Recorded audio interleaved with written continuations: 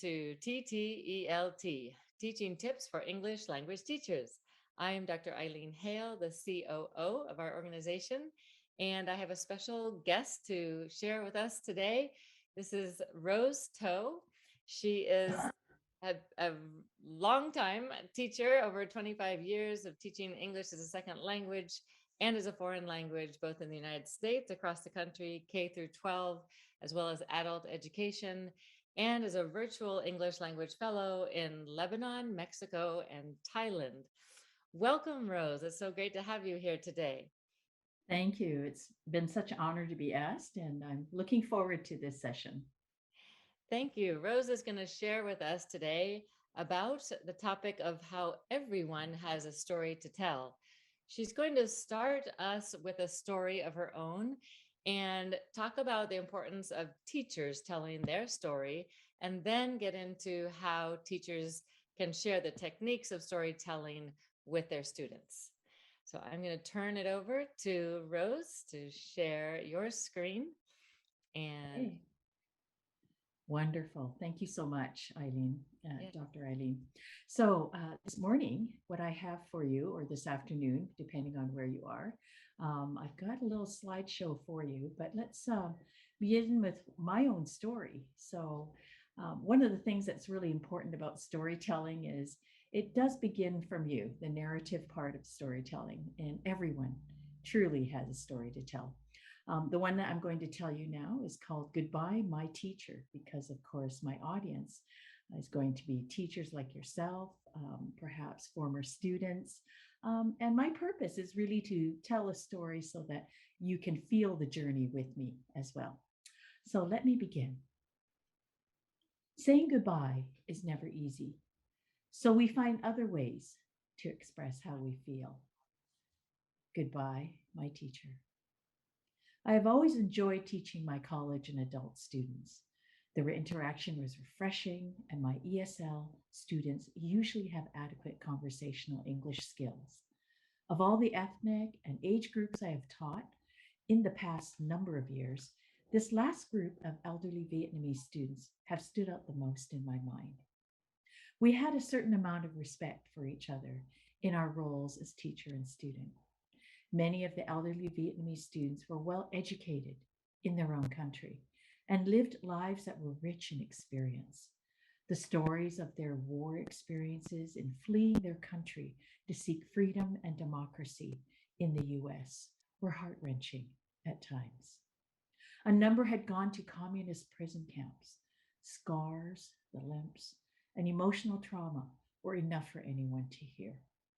At times, I could see the frustration over learning what once was easy seeming become difficult due to memory loss and a nervousness that permeated some of the students' lives. How I felt there was so little I could do for them.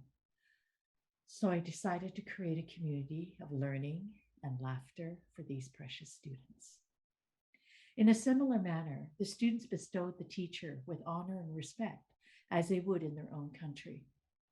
A compromise we made to show this mutual respect for each other was the Western way of calling each other by first name, but with the Asian respect of a title, such as Mr. or Mrs. attached. For example, I went by the name Mrs. Rose. Being young in age compared to the elderly students, I felt calling Mr. Vong or Mr. Gui or Mrs. Bao was giving respect to them in a way that they understood. And over a period of a few years, the respect and honor that we had was going to change again for them because their teacher would be leaving. Why must you leave for Canada, Mrs. Rose? My students inquired. Is your husband getting a better job? More salary? Will you still teach? How could I explain? My husband was a minister, and it wasn't always possible to stay in one place. But the students nodded affirmatively when I said we'd be closer to family members. They could understand that. A few still had older sons or daughters in Vietnam that couldn't leave to join their elderly parents here. And over the next month, my thoughts were on finishing the English lessons and making it meaningful for them. It was wonderful to see them tease each other or laugh in their role plays, and times I almost regret having to leave them. I kept worrying about the last day of class. I had taught them 4 days a week for the past 3 years and progressed to the next English level. How could I say goodbye? What could I give them? In the meantime, our house sold, but there were complications with the paperwork. Escrow didn't close as predicted, so I didn't leave as soon as I thought. Our ESL class decided to celebrate the end of the spring session of class, and I'd leave a few weeks later in the middle of summer session. The spring session party was memorable. The room was gaily decorated with flowers, and the food looked as good as it tasted. The women had prepared the food while the men prepared the tables in the room, and speeches were made by students and myself alike, with certificates given to students with notable achievements. Photos were taken and a special effort to take teacher pictures with the teacher. Again, it was a time of laughter for all. On the actual last day of class, a few students had already told me earlier that they wouldn't be coming. I had bought a large cake for them and framed 4x6 photos of our class to give each student. Now I wanted to take one last picture of the occasion. Perhaps that was it, but there wasn't a single student who wanted to be in the photo. They didn't want this last moment captured on film. It was a superstition to some students, yet somehow very real for all of them. No one wanted to say goodbye, and no one wanted to be in my photo. The students tried to look cheerful, but as their teacher, I knew they didn't feel cheerful inside. And neither was I, for that matter. We were all pretending and not doing a good job at it. Instead, my students left on the board a poem I had taught them last year. And it was this, poem, Try, Try Again. 'Tis a lesson you should heed, try, try again. If at first you don't succeed, try, try again. Then your courage should appear. For if you will persevere, you will conquer, never fear.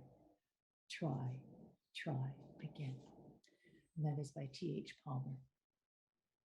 All the students remembered this poem. They had memorized it when I had sensed that the class was discouraged over their English skills. Now the students wanted to return those words and the message back to me again. They knew I was starting over in a new country, another lifestyle, another job. They knew with their lifelong wisdom what I'd be facing. As one of my students, Mr. Gui, reminded me again as a farewell, teacher, try, try again. His voice was gentle as he said the words, one more time, and then added, we will never forget you, teacher. And the other students nodded in agreement as I turned my head away to wipe away my tears. Saying goodbye is never easy, so we find other ways to express how we feel.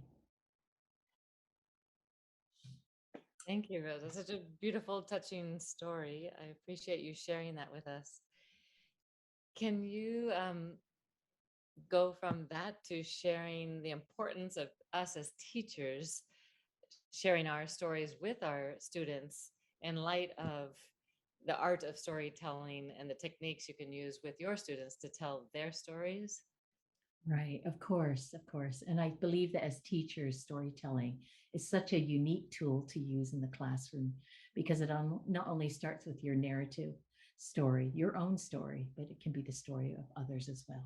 So it could be your students' stories, of course. How did I become a storyteller? Well, one of the things that I had to realize was that I had to understand who my audience was going to be. My audience is going to be the teachers. My audience at this time is the teachers, but in the classroom, they're my students, and they're the experiences that they represent. And how could I identify with them? And my purpose, even for this story, was to bring you along on the journey. Perhaps it might have been an emotional tug at the heart. It might have been an informative story you wanted to bring about. It might have been a different kind of story with adventure, whatever the story it is that you tell, know your audience and know your purpose.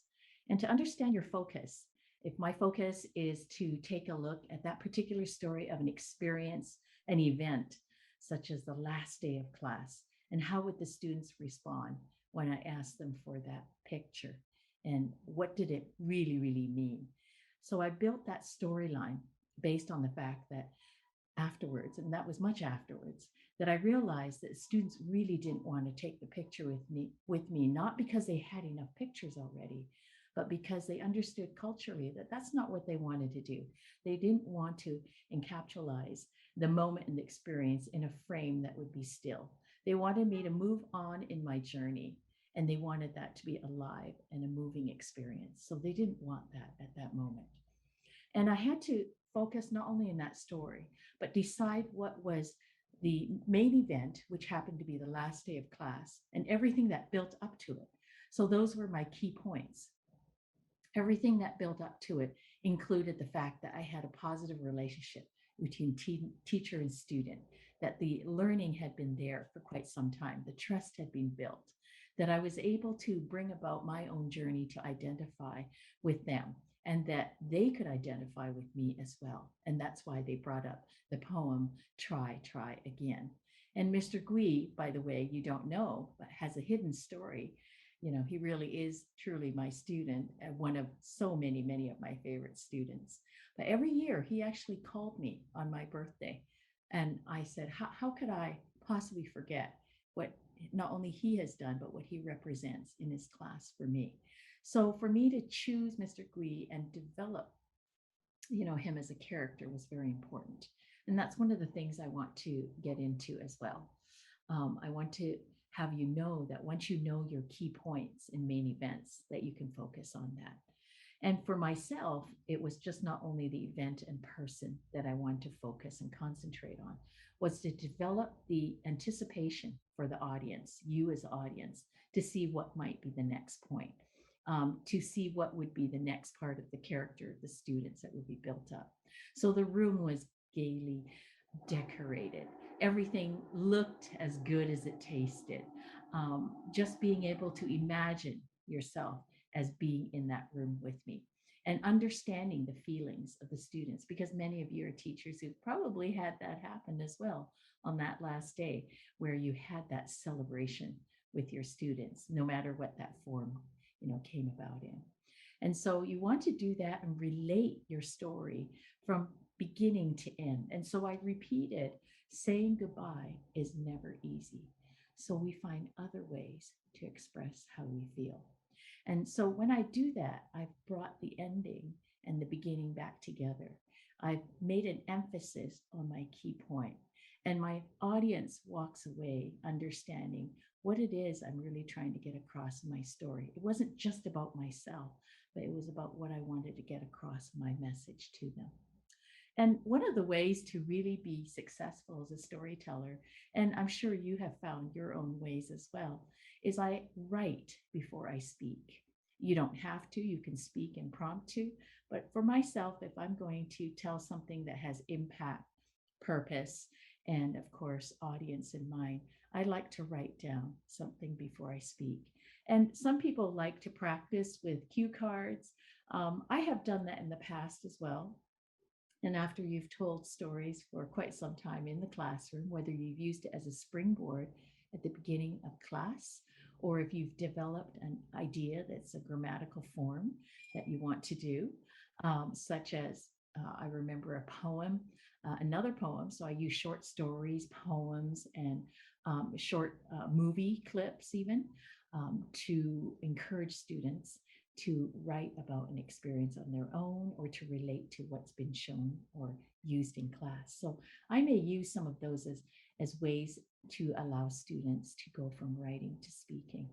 And then I will use my voice as well as, sometimes it's faster to develop something that's a development like an adventure in a key event, or it might be slower to emphasize words or sound. If I'm telling to a younger group, an audience such as the little engine that could, I would probably go chugga, chugga, chugga, chugga, chugga, chugga, toot, And I actually have a whistle that I use as well. So there's a lot of word and sound emphasis you can put in a story to make your story alive and bring your audience with you. At times, I've used hand gestures and I've asked the audience to come and join me, in that interaction. I might say in the story, "Goodbye, my teacher." Oh, and then I could ask the audience and like yourself to say, "Oh, you know, that was really momentous." Or let's say these words, try again, everyone. And then we turn on our microphones if we're online and say, try again, or stand up if we're in person. And we would use the interaction with the audience to bring the points across. And there's the old adage of show, don't tell. As I became a teacher and a writer, I learned that one of the key points was that as a writer and as a storyteller, you want to show. For example, you might say, "It's a beautiful day." I'm telling you, it's a beautiful day. But wouldn't it be much better if I said the clouds were puffy like marshmallows in the sky, and the sun shone on my back, and its warmth allowed me to experience what it was like to have a massage? Those are things that you show the audience. You don't tell them it's a beautiful day, you allow them to experience it. And so when the audience imagines they are with you in this journey and they are able to experience what you're telling them as well, and they understand that. Do you have a story to tell? Everyone has a story. And your story might be coming from yourself as teachers. Your story might be it's a time for a season of change in your life or your students being able to move from one level to another, or from the beginning, how they've really progressed in learning, or as people, learning about a life journey here in the United States.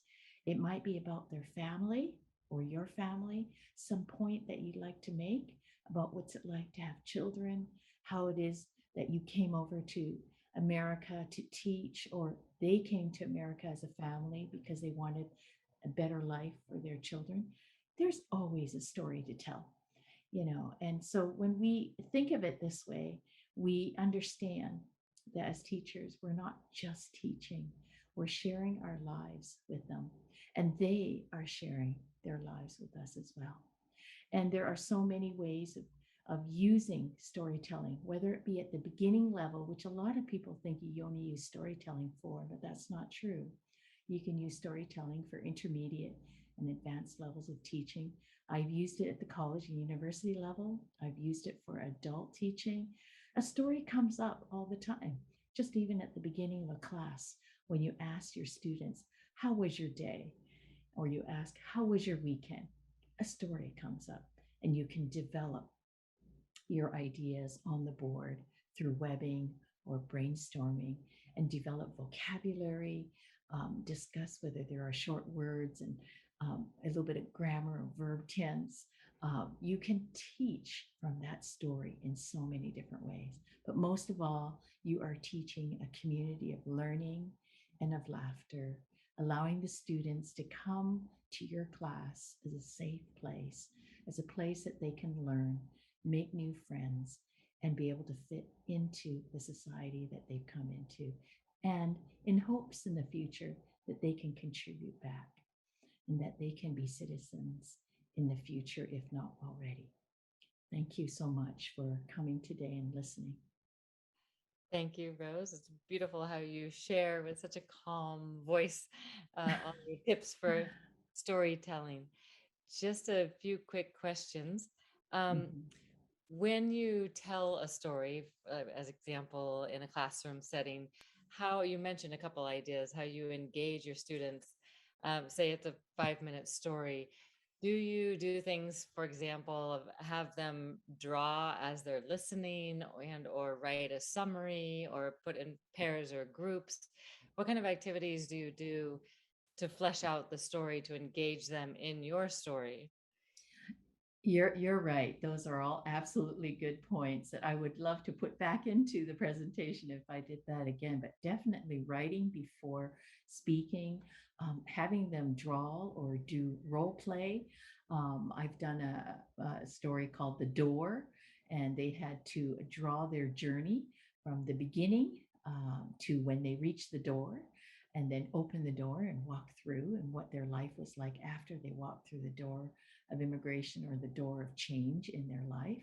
And that allowed them to not only use all these skills of listening and speaking by role playing, but also reading and writing and putting in pronunciation and grammar. So all those skills are so important in these techniques of allowing them to express themselves, whether it be through writing, drawing, role play, just even being able to participate in a discussion and a higher level, even bring in another reading, that will talk about what's it like as training teachers, to allow yourself to experience what's it like to be in the student's shoes. Yeah. And I was just thinking in my own mind right now, as you had shared your story, how you could do it to set the stage for your students and also do it as a pre-assessment. So say you share that kind of compelling, touching story that Rose just shared with us, and have your students do a reflection or written reflection afterwards, where they just reflect on how that story touched them. Everyone's going to have a different type of reflection based on where they're coming from and how it impacts them. But you as a teacher could then collect those reflections, read them at home, and assess their writing skills based on that reflection, obviously, and also have them share their reflections aloud in pairs or small groups to, again, Mhm. bring that community together for sharing how I'm sure everybody has some link to her story, whether, at some personal level. So Definitely. I like that. That's really an informal way to assess. And if you really want to do it formally, I'd allow them a few more drafts, but I would definitely use that idea. And I think that's great. Yes, yes. The small group presentations, even online, is possible. And we've done it as a large group as well in our class. I asked them after we listened to a music, I think it was a short video on Taylor Swift's love story. And they had to talk about a very short love story of their own, maybe between parent and child, or between, a special friend, two good friends, or a boyfriend, girlfriend. So they wrote their own little story, love story, and presented it in class based on the springboard of using a music song. Yeah. that's a wonderful Yeah. idea. Yeah. I've always tried to integrate music into my teaching as well. So I love the idea of taking the theme of the song being a love story and having them write a story based on that theme. That's a wonderful idea. Yes, Circle definitely. back to that one for your workshop. Well, I even tried music from K-pop as well. And we did Permission to Dance, but the students looked at me and said, "We're not ready for that yet, teacher, not just yet, but we will be." Yeah, No problem. That's great. yeah. Um, we're going to jump into just a summary of Rose's tips for today. She has so many great things she shared with us and is going to continue sharing with us in a live workshop. But again, just to summarize quickly, she talked about how everyone has a story to tell. Know your purpose and your audience, know your storyline, your focus, and know your main event, your key points. Anything you'd like to add to those, Rose? Would I hit on I some other? Yeah, no, I think you have another slide. That's great. Yes, how to be successful in telling a story and how to use it in your classroom. Yes. Yes, and she's mentioned already in her podcast today how to successfully go from writing to speaking. And she talked about this from her perspective, but I think also as teachers, this is really important for us to share with our students, to have them practice aloud with cue cards and have them practice the voice inflection, how to know which words and sounds to emphasize, as well as to include hand gestures or actions with the audience. And finally, to show, not tell your story, allowing the audience to imagine.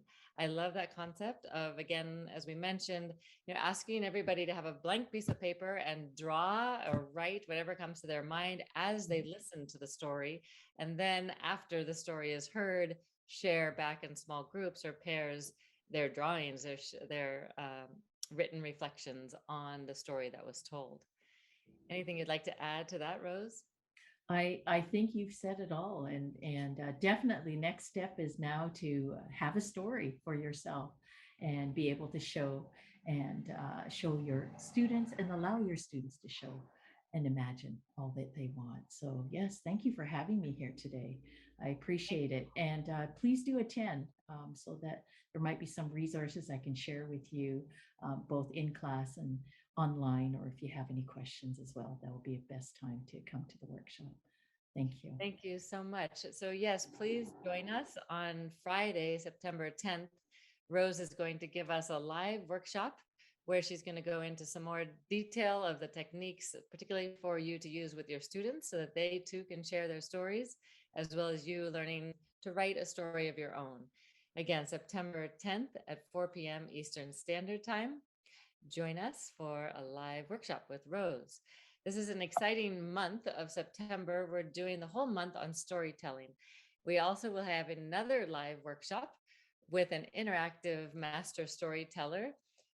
Eva Grezel will be giving us a live workshop on Saturday, September 18th at 12 noon Eastern Standard Time.